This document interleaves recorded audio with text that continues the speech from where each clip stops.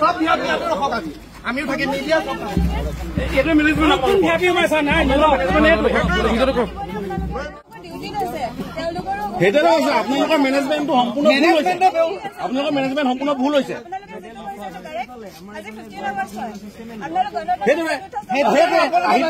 অপমানিত হৈছে আপোনালোকে আমাক মাতি পেলাই আমাক অপমানিত কৰিছে প্ৰথম আপোনালোকে জানিব লাগে আপোনালোকে আমাক মাতি পেলাই অপমানিত কৰিছে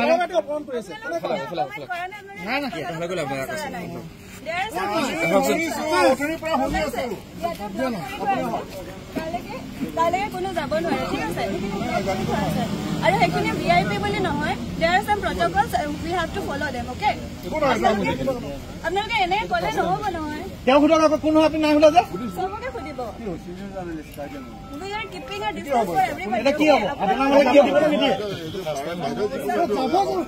এ হাত লগাবচোন তেওঁ কি নহয়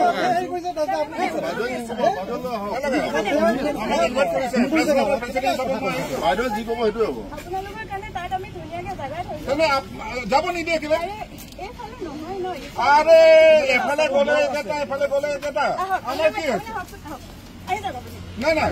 মই নাযাওঁ আমি চব নাই নাই আমি একেলগতে কিবা কৰিম আপোনালোকে আমি আজি বয়কট কৰিম যদি আপোনালোকে সেইফালে যাবলৈ ৰাস্তা আছে তেতিয়াহ'লে মোৰ কাণখন কাটি দিব ঠিক আছে হ'ব তে মিডিয়া ফুটেজটো ক'ব ল'ব আপোনাৰ ভাষ্য এনেকুৱা হ'ব নালাগিছিলে কাণখন কাটি দিবতো ভাষ্য হ'ব নালাগিছিলে আপুনি নাই নাই নাই বাইদেউ আপুনি ভুল কৰিছে এইটো আপোনাৰ ভাষ্য এইটো হ'ব নালাগিছিলে মোৰ কাণখন কাটি দিব সেইটো আপোনাৰ ভাষ্য হ'ব নালাগিছিলে নাই আপোনাৰ ভাষ্য এইটো হ'ব নালাগিছিলে মেডাম তেখেতে কেনেকে আহিলে তেওঁ কেনেকে আহিলে আপুনি য'ত কৈছে মানি লৈছে বন্ধ কৰি দিছে তেখেত কেনেকে আহিলে আমাৰ প্ৰশ্ন এইটো তেখেত কেনেকে আহিলে তেখেত কেনেকে আহিলে তাৰমানে কি মানে আপোনালোকৰ যিবোৰ ঘৰৰ মানুহ এইবিলাক হ'ব পাৰে বাকী যদি আহিব নে আপুনি কেনেকে আহিলে খালি ঘৰৰ মানুহবিলাক ভিৰ হোৱা নাছিলে ভিৰ হওক নহওক ঘটনা ঘটিবলৈ হ'লে ভিৰতো হ'ব নাম ভাল নাথাকিলেও হ'ব আপুনি কি চিকিউৰিটি কৰিছে মুঠতে ঘৰৰ মানুহবিলাক ৰাইজত এফালে সোমাব পাৰে এছ ডি অফিচত চব ঘৰৰ মানুহ এছ ডি অফিচত ঘৰৰ মানুহবিলাক এফালে সোমাব পাৰে আমি বয়কট কৰিছো চবে আমি চব আপোনালোকে লিষ্ট দি দিছে লিষ্টৰ মতে এইখিনি ঠিক আছে লিষ্টৰ মতে মানুহ সোমাব নোৱাৰে এই মানুহজন কেনেকে সোমাইছে ইয়াত এই মানুহজন কেনেকে সোমাইছে কি হয় তেওঁ পুলিচ নে কি হেৰি নেকি এখন লিষ্টখন কি এতিয়া চিনিয়ৰ চিটিজেন আহিছে শিক্ষাগুৰুসকল আহিছে তেওঁলোকক সোমাব নিদিয়ে কাক দিব আপোনালোকে কথাটোতো ক'ব দিয়ক আপোনালোকে ক'বই খালি এছ ডি অফিচত ক'বলৈ কি আছে অপমান কৰিছে ইয়াত এছ ডি অফিচত ফেমিলি মানুহকেইজন খালি ডাইচত বহিব পাৰে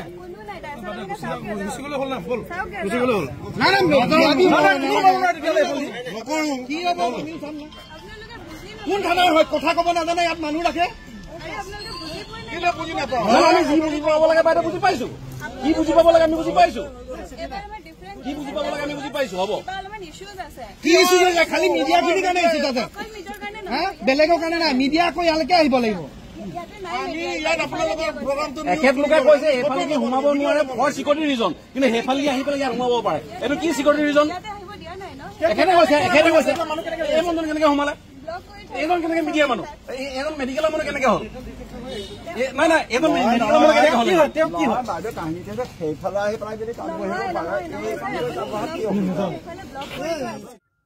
আচলতে অতি দুৰ্ভাগ্যজনক আমি আজি বছৰ বছৰ ধৰি এনেদৰে এই ৰাস্তাটোৱে দিয়ে এই পুলিচৰ নিৰাপত্তাৰ মাজেৰে সাংবাদিকৰ আই কাৰ্ডখন দেখুৱাই আমি পাৰ হৈ যাব পাৰিছিলোঁ আমি বাতৰি সংগ্ৰহৰ কাৰণে বিভিন্ন সময়ত গৈছিলোঁ কিন্তু এইবাৰ দেখা গৈছে যে আজি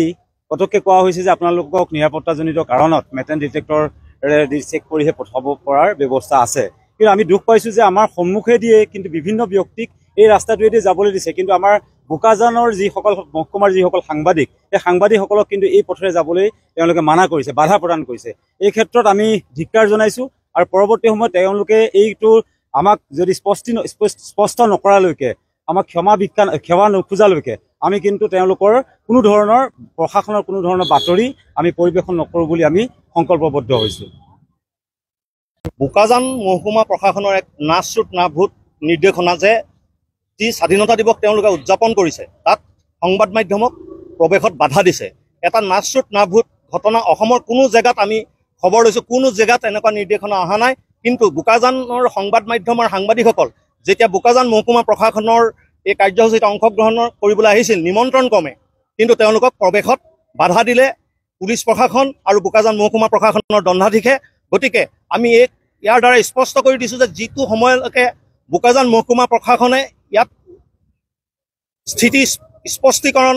নকৰে, স্পষ্ট নকৰে, তেতিয়ালৈকে বোকাজানৰ সংবাদ মাধ্যমে মহকুমা প্ৰশাসনৰ তথা আৰক্ষী প্ৰশাসনৰ কোনো কাৰ্যসূচীতে অংশগ্ৰহণ নকৰে। ইয়াত আচলতে ষড়যন্ত্ৰ মানে কোনো অসমৰ কোনো জেগাতে এনেকুৱা নিৰ্দেশনা অহা নাই, কিন্তু বোকাজানত বোকাজান মহকুমা প্ৰশাসনে কেনেকৈ এই নিৰ্দেশ দিলে সেয়া আমি ইয়াত ৰহস্যৰ গোন্ধ পাইছোঁ। গতিকে ইয়াৰ বিষয়ত এটা উচিত তদন্ত আমি বিচাৰিছোঁ।